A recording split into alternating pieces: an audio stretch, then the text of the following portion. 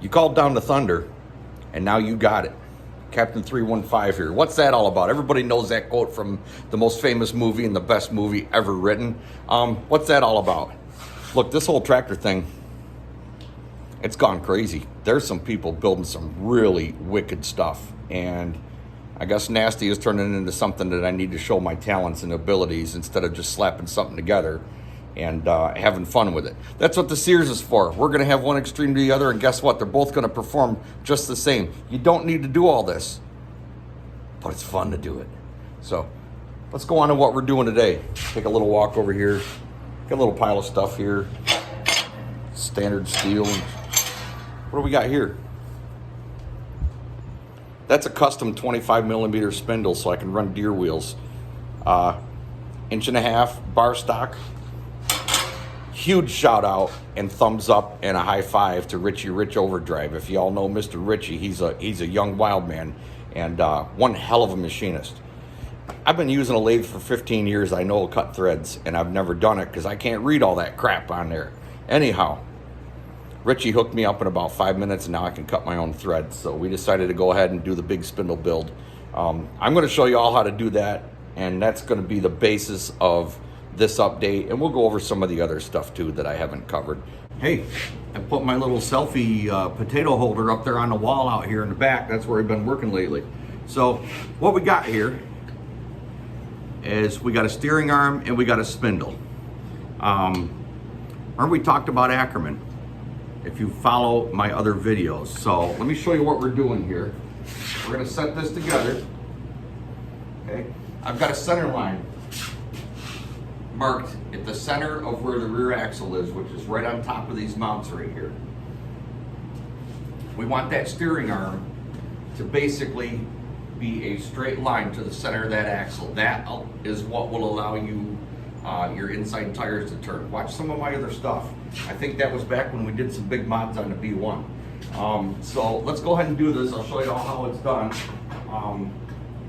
The rest of it's just putting a spindle together. We'll go over that about the double shear and all this kind of stuff, but this thing's gonna be beef. Bear with me here. All right, so we're gonna go right in the center of that steering arm and see if the tape will stick. Oh, ain't that a batch?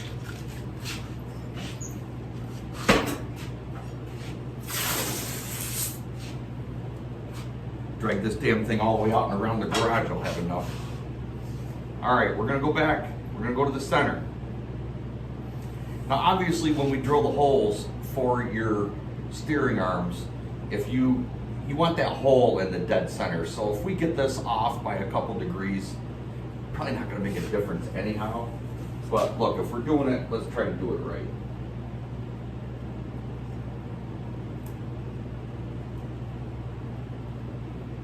So there's our axle center line.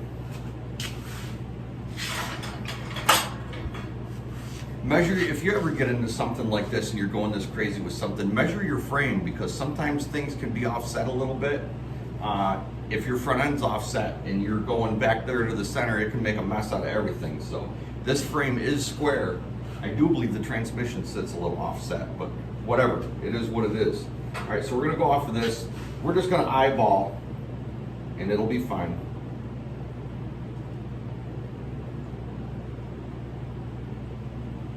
We just want to eyeball that spindle and make sure that it's square with the chassis. And again, this can be adjusted when we drill the hole for the steering. We just want to make sure that we're going to be at least within range. That actually looks really good there. We'll run the old eyeball down for the straight line. And that looks pretty dang good right there. You bump that just a little bit.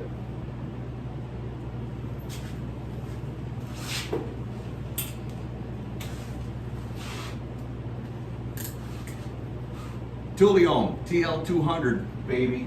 That's a hell of a welder. I did some work for somebody you all might know that goes by the name of Creepy Crawler. That thing showed up at my door. Thank you, Creepy Crawler. It's a game changer, I'll tell you that.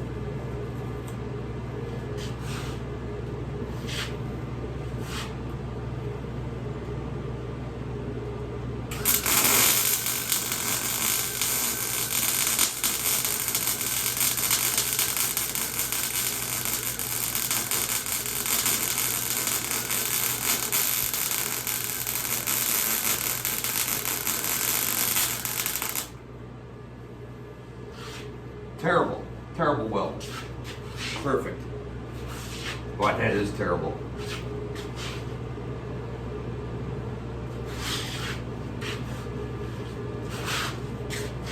Might have a little problem with the tape sticking now.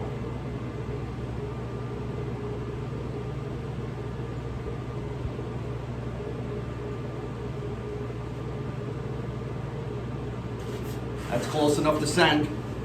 So you get the picture here anyhow. We're not gonna go through this. You don't have to watch me building spindles for 4 hours. Let's go on to finish welding this up, and we'll go on to the double shear setup. Show you all how that's done. I promise I'll edit some of this crap out. What a mess. So we got the spindle welded up. Pretty nice beads on there. That's just a piece of 3/4 inch. It's actually old wheel horse steering shaft that was no good. So hell with a wheel horse. We're gonna sacrifice the steering shaft to build Nasty. All right, so that's all done. See if we're gonna get that to stay up in there. It probably won't, but you get the picture. That's gonna be a top plate. This is gonna be a plate that goes right here. I know, I cut it 1/4 inch too short and I don't have any to spare. So this will get welded up in here. You get the picture. That will actually end up being a 3/4 inch grade 8 through bolt through there, and it'll tie it all together. And also, obviously not this much slop, but we're gonna wanna leave room in there for a couple of shims. Always. Let's say grease get around a little better. So, all right, let's take my wonky piece here, put this baby together.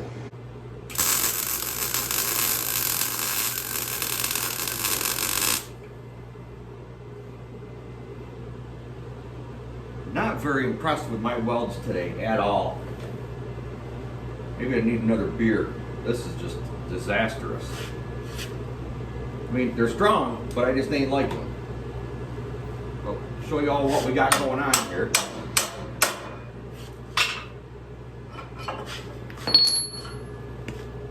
There's your boxed in. Obviously, we got to finish weld it and everything, but you get the idea.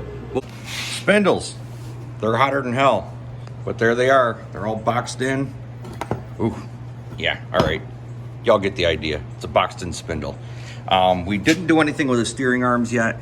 These may end up having to be bent or offset, something like that. So I'm not gonna brace those until those are on the machine, but they're ready to go. So figured the goal is to wrap up the bottom side of this tonight and have it flip back over. So now is a good time to go over if you all wanna see exactly what we did on the bottom. Got an adjustable clutch spring now. You can see where the bracing and stuff has been done. A couple extra welds. We cut off the bottom. May do some more mods back there. We got a little brace right here now. Got some bracing on the outside. These braces here, if you happen to look, why would that have a 3/4 inch hole right there with a plug weld? That's right. It's an old lawnmower blade. Works freaking perfect. That was just to beef up the strength right there a little bit. The frame originally was squared off right here. We went ahead and shaved that down on both sides. Put the ugliest booger weld in the world right there, but that center brace is quite all right. We're working on the front skid plate right now. Just simple 1/8 inch, not a big deal. I was having a hell of a time trying to bend this. It kept springing back, so we did a little forge and fire. I actually threw it right in the wood stove and got it out of there red hot and was able to form it a little bit better. So we got a brace up here that's got nuts welded in there, so we don't have to try to reach up and under that crap. This will be removable because that would be the only way to get the front axle out. Now, if you look here, this is your, we went ahead and made the axle limiter stops right here. You can slide them out. Here's your motor mounts. We had to X-brace this. The reason I had to X-brace this is by cutting that much of the frame out, it introduced a shitload of flex up here. I could take this bumper with one hand and rock it. Now, it's not a big deal. Up here, it doesn't really matter. We just got a grill up there and stuff. But your axle pivot is right here and here. Well, if this thing is allowed to flex this way, that is making that bolt go like this. It's gonna move the axle forward and back, and we don't want that. So I went ahead and X-braced it a little bit, got it tucked up under there.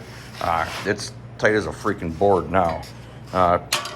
The skid plate also will help strengthen this up a little. Can thank Mr. Creepy Crawler and Mr. Redneck Tractors for that idea, making it removable, because Want to be able to slide the axle in and out of there and make it easy. So that'll get some carriage bolts in it. But that's pretty much a wrap on the bottom side. I mean, just some extra bracing in the stretch there. And we'll get this baby flipped back over and we're gonna send it. So let's keep going. We'll get this video out, so we'll call it there. But the skid plates on, these will get replaced with carriage bolts, which obviously we don't have. You don't want that getting snagged on stuff, and believe me, it really will. Putting the got a Ross style steering box in these. We're gonna put the steering box back in. Bottom side's pretty much wrapped up. We'll flip it over and we're gonna start building. Gonna go as far as we can on the sawhorses. Once the transmission goes in it and stuff, it's getting a little heavy, so we'll get the chassis wrapped up, take it from there. Hey, tune in again. Thanks y'all for being here. Captain out.